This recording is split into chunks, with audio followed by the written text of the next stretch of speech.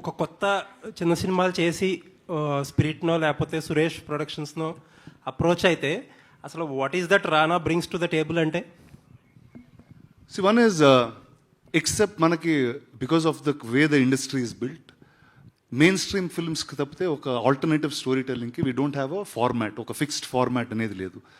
కానీ అదే ఒక కమర్షియల్ సినిమా, ఒక హీరోతో వచ్చే సినిమాకి very easy paths are laid. కానీ మీరు గ్లోబల్గా చూసుకుంటే ఆర్ట్ హౌస్ సినిమా ఒక ఇండిపెండెంట్ సినిమాకి ఒక సెపరేట్ సెట్ ఆఫ్ ఆడియన్స్ ఉంటుంది.